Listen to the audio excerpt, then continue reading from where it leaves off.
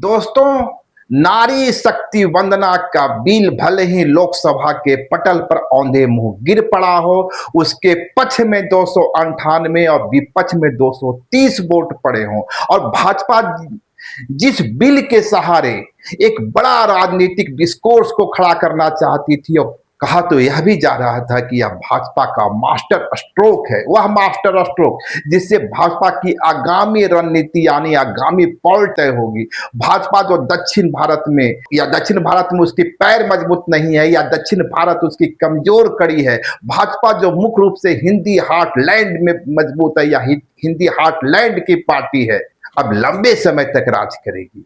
विपक्ष ने अपनी रणनीति से उस बिल को लोकसभा में गिरा दिया, लेकिन जैसा कि मैंने कहा कि अब भाजपा एक नया नैरेटिव गढ़ रही है या नए वादे कर रही है, नए दावे कर रही है और कहीं न कहीं विपक्ष को निशाना साध रही है।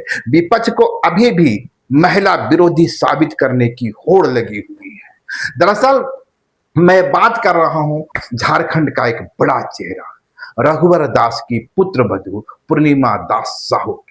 पूर्णिमा दास साहू ने नारी शक्ति वंदना के बिल को लेकर कुछ सवाल खड़े किए हैं।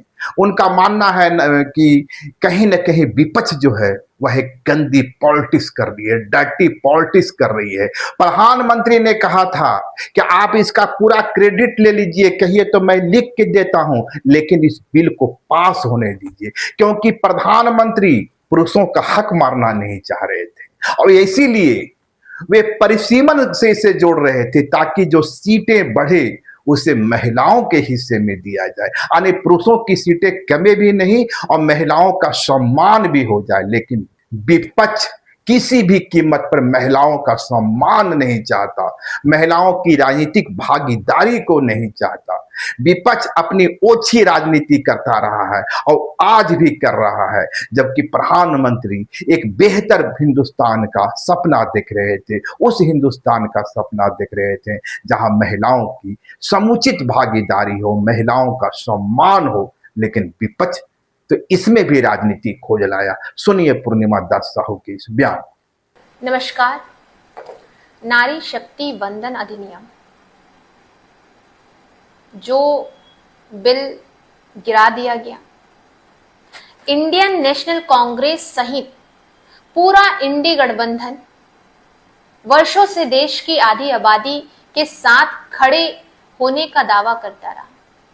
मंचों से बड़े बड़े नारी सशक्तिकरण के भाषण देते रहे, पर जब मौका आया महिलाओं को उनका अधिकार देने की, तब इनकी सच्चाई सामने आ गई।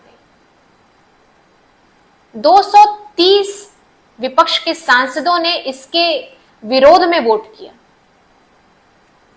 इनके लिए महिला सम्मान केवल एक भाषण तक सीमित है, इनकी नीयत में नहीं है। दुख तो तब होता है जब विपक्ष की महिला सांसदों ने भी इसके विरोध में वोट किया। उन्हें यह सोचना चाहिए था कि वो सिर्फ अपनी पार्टी की प्रतिनिधि नहीं है, बल्कि देश की करोड़ों महिलाओं की आवाज। बेहद दुख होता है कि जब भी महिलाओं के अधिकार की बात आती है तो इनके राजनीतिक चेहरे सामने आ जाते हैं। विभिन्न प्रकार के इनके सवाल की बौछार सामने आ जाते हैं। इनका कहना है कि मोदी जी ने अपने स्वार्थ के लिए, राजनीतिक स्वार्थ के लिए ये बिल लाया। मैं तो उन्हें साफ ये कहना चाहती हूं, मोदी जी ने, आदरणीय प्रधानमंत्री जी ने संसद में आप सभी के समक्ष कहा था कि इसका क्रेडिट उन्हें नहीं चाहिए, वो ब्लैंक चेक लिख के दे देंगे आपको इस क्रेडिट के नाम पे और आपकी फोटो छाप देंगे। लेकिन राजनीति तो आपको करनी थी। 2023 में जब आया बिल, तब ये पास करा दिया गया क्योंकि इसमें जनगणना परिसीमन की प्रक्रिया में देरी हो रही थी। और जब इस बिल को लागू करने का समय आया, 2026 में इसे लागू करवाने का समय आया और लागू कराने के लिए परिसीमन जैसे मुद्दे लाए गए, तब आपको इससे भय लगने लगा। आदरणीय यशस्वी प्रधानमंत्री जी या हमारा केंद्र नेतृत्व ये कतई नहीं चाहता है कि पुरुषों का हक मारकर महिलाओं को हक दिया जाए। परिसीमन होने से सीट बढ़ती और लोगों को, हमारी महिला शक्ति को खास तौर पर मौका मिलता और इससे उस क्षेत्र का विकास भी जल्द से जल्द और अच्छे तरीके से होता। लेकिन आपको ये गवारा नहीं था, क्योंकि आपको तो इसमें राजनीतिक स्वार्थ दिखता है।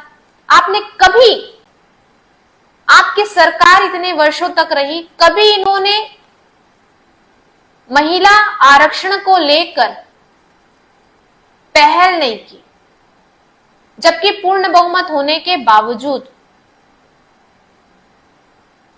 शर्म आनी चाहिए। देश की जो आधी आबादी है वो देख रही है, वो आधी आबादी जो कहीं खेतों में काम करती है, अपना घर संभालती है, कई महिलाएं नौकरी पर जाती हैं, अपने बच्चों को पढ़ाती हैं, वो आधी आबादी आप सभी को देख रही है और वो समझ रही है कि कौन उनके हक में है, कौन उनके हक अधिकार की बात कर रहा है और कौन उन्हें हक देने से इनकार कर रहा है। आने वाले समय में हमारे देश की आधी आबादी, हमारी मातृत्व शक्ति अपने लोकतंत्र के सबसे बड़े हथियार वोट के अधिकार से आपको जवाब देगी और ये जवाब बहुत करारा होगा। जय हिंद। लाइव लगातार के वीडियो को लाइक करें, सब्सक्राइब करें और बेल आइकन को दबाना न भूलें।